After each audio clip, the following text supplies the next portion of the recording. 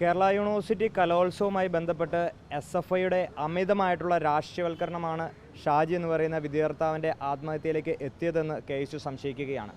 കാരണം ഈ കലോത്സവത്തിൻ്റെ തുടക്കഘട്ടം മുതൽ അതിനെ അമിതമായി രാഷ്ട്രീയവൽക്കരിക്കാനുള്ള ശ്രമങ്ങൾ SFIയുടെ ഭാഗത്തുനിന്ന് ഉണ്ടായിട്ടുണ്ട്. കാരണം ഈ കലോത്സവത്തിൽ കഴിഞ്ഞ കുറേയേറെ നാളുകളായി SFI അടക്കി വെച്ചിരുന്ന ക്യാമ്പസുകളിൽ KSU വിജയിച്ച് കയറുകയും ആ ക്യാമ്പസുകളിൽ വിജയിച്ച് കയറിയ വിദ്യാർത്ഥികളുടെ പട്ടിക കലോത്സവത്തിന് മുൻപേ തന്നെ തയ്യാറാക്കി SFI യൂണിറ്റ് കമ്മിറ്റിയുടെ നേതൃത്വത്തിൽ തയ്യാറാക്കി അതിനുശേഷം ആ കലോത്സവത്തിൽ വരുമ്പോൾ അവരെ സ്കെച്ച് ചെയ്ത് ആക്രമിക്കുന്ന ഒരു സാഹചര്യം ഉണ്ടായിട്ടുണ്ട്. അതിനെതിരെ ഞങ്ങൾ പ്രതിരോധം തീർക്കുകയും ഞങ്ങൾ പ്രതിഷേധം രേഖപ്പെടുത്തുകയും എല്ലാം ചെയ്തതാണ്. ഇതിൻ്റെ ഒരു വശം.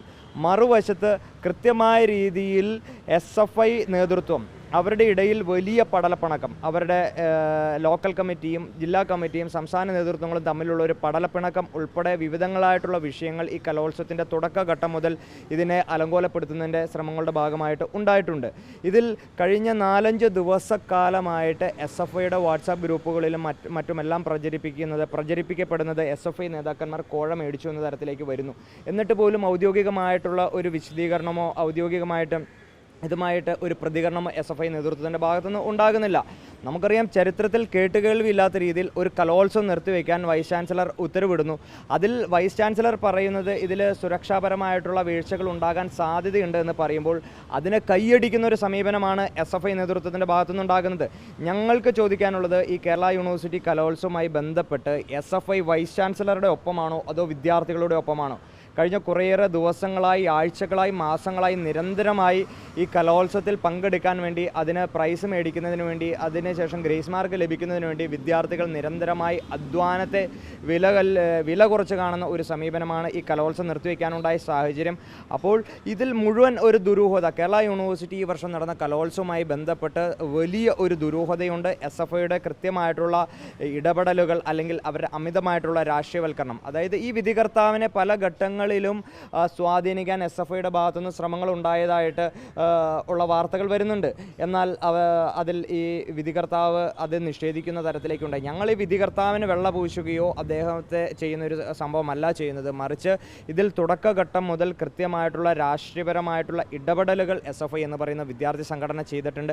അത് കലാപരമായ ഒരു രൂപത്തോട് അല്ലെങ്കിൽ കലയോട് ചെയ്യുന്നത് ശരിയല്ല. രാഷ്ട്രീയം വേറെ, കല വേറെ.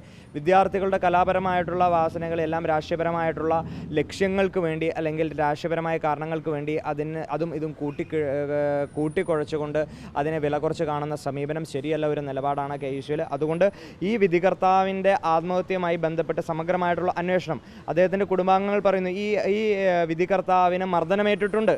അപ്പോൾ കോഴ ആരോപണം നേരിട്ട ഈ വിധികർത്താവിനെ പോലീസിന് കൈമാറുന്നതിന് ഇടയ്ക്കുള്ള സമയങ്ങളിൽ കൃത്യമായിട്ടുള്ള രീതിയിൽ ശാരീരികമായി കൈകാര്യം ചെയ്തു എന്നത് കലോത്സവത്തിൻ്റെ അവിടെ ഉണ്ടായിരുന്ന വിദ്യാർത്ഥികൾ ഉൾപ്പെടെ അതിന് കാഴ്ചക്കാരായിരുന്ന ആളുകൾ പറഞ്ഞാണ്. SFI എന്ന് പറയുന്ന സംഘടനയ്ക്ക് ആരാണ് ലൈസൻസ് കൊടുത്തത്? അതായത് അദ്ദേഹം തെറ്റ് ചെയ്തിട്ടുണ്ടെങ്കിൽ അത് നിയമപരമായ രീതിയിൽ അന്വേഷണങ്ങൾ നടത്തി അതിന് ശിക്ഷ കൽപ്പിക്കട്ടെ.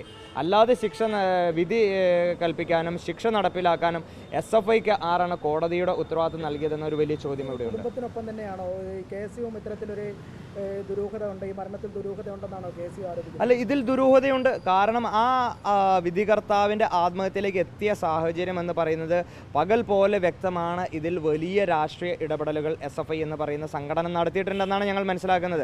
അത് കലോത്സവവുമായി ബന്ധപ്പെട്ട് അത് ഏത് ഘട്ടത്തിലാണ് ഈ ആരോപണം ഉണ്ടാകുന്നതും കലോത്സവം നിർത്തിവെക്കുന്ന സാഹചര്യങ്ങൾ നമ്മൾ പരിശോധിക്കുക. മാർ ഇവാനിയോസ് എന്ന് പറയുന്ന കോളേജ് വർഷങ്ങളായി 25 വർഷക്കാലം SFI അടക്കി ഭരിച്ചിരുന്ന ഒരു ക്യാമ്പസ് KSU യൂണിയൻ നേടി അന്ന് മുതൽ ഞങ്ങൾ കേൾക്കുന്നതാണ് ഈ വെല്ലുവിളി.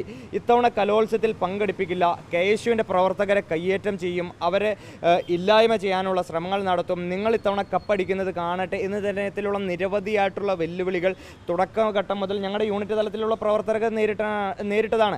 എന്നാൽ അതിനെല്ലാം അതിജീവിച്ചുകൊണ്ട് തന്നെയാണ് ഈ കലോത്സവത്തിലേക്ക് ആ വിദ്യാർത്ഥികൾ പങ്കെടുത്തത്, മറ്റ് ക്യാമ്പസുകളിൽ നിന്നുള്ള വിദ്യാർത്ഥികളെല്ലാം പങ്കെടുത്തത്. അപ്പോൾ ഞാൻ മനസ്സിലാക്കുന്നത് ഇത് മാർ ഇവാനിയോസ് കോളേജ് 1ാം സ്ഥാനത്തേക്ക് എത്തുന്ന ഒരു സാഹചര്യത്തിൽ അതിനെ തടയിടുന്നതിന് വേണ്ടിയിട്ട് 2-3 ഇനങ്ങളുടെ റിസൾട്ടുകൾ സ്റ്റേ ചെയ്യുന്ന ഒരു സാഹചര്യം ഉണ്ടായിട്ടുണ്ട്.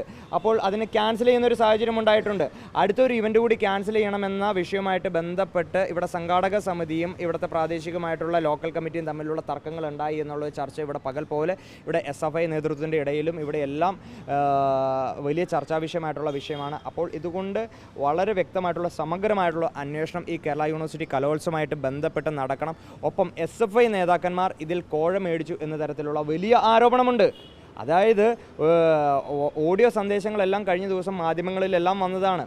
അതായത് ഒന്നാം പ്രൈസിന് ഇത്ര രൂപ, രണ്ടാം പ്രൈസിന് ഇത്ര രൂപ, മൂന്നാം പ്രൈസിന് ഇത്ര രൂപ എന്ന് പറയുമ്പോൾ ചന്തയിൽ നടക്കുന്നതിന് സമാനമായിട്ടുള്ള രീതിയിലേക്കുള്ള വിലപേശലുകളാണ് ഈ വിഷയവുമായിട്ട് ബന്ധപ്പെട്ട് നടന്നത്. അതുകൊണ്ട് ഇതിൽ സമഗ്രമായിട്ടുള്ള അന്വേഷണം നടത്തണമെന്ന് ആവശ്യപ്പെട്ടുകൊണ്ട് ഞങ്ങൾ ഗവർണർക്ക് ഞങ്ങൾ പരാതി നൽകിയിട്ടുണ്ട്. ഇതിൽ വൈസ് ചാൻസലറോട് എന്തുകൊണ്ടാണ് കേരള യൂണിവേഴ്സിറ്റി കലോത്സവം നിർത്തിവെക്കാനുണ്ടായ സാഹചര്യം, എന്തുകൊണ്ട് അത് തുടരുന്നില്ല എന്നത് ഉൾപ്പെടെയുള്ള കാര്യങ്ങളെപ്പറ്റി സമഗ്രമായിട്ടുള്ള അന്വേഷണം നടത്തണം.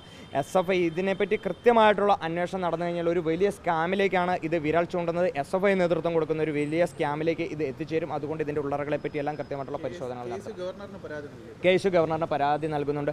എന്തുകൊണ്ട് ഈ കലോത്സവമായിട്ട് ബന്ധപ്പെട്ട് സമഗ്രമായിട്ടുള്ള അന്വേഷണം നടത്താൻ അതിന് ഉത്തരവാദിത്തപ്പെട്ട അധികാരികളെ അടുത്ത് ചുമതലപ്പെടുത്തണമെന്ന് ആവശ്യപ്പെട്ടുകൊണ്ട് ഗവർണർക്ക് ഞങ്ങൾ പരാതി നൽകിയിട്ടുണ്ട്.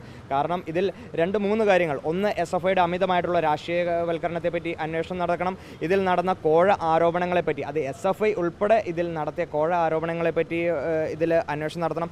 എന്തുകൊണ്ടാണ് ഈ കലോത്സവം നിർത്താനുണ്ടായ ഒരു സാഹചര്യം, എന്തുകൊണ്ട് അത് പുനരാരംഭിക്കുന്നില്ല? വിദ്യാർത്ഥികൾ കുറേ നാളുകളായി ഇതിനുവേണ്ടി കഷ്ടപ്പെട്ട് അധ്വാനിക്കുന്ന വിദ്യാർത്ഥികളുണ്ട്. അതുകൊണ്ട് ഈ കലോത്സവം പുനരാരംഭിക്കണമെന്നൊരു ആവശ്യവും കൂടി കേസ് മുന്നോട്ട് വയ്ക്കുകയാണ്.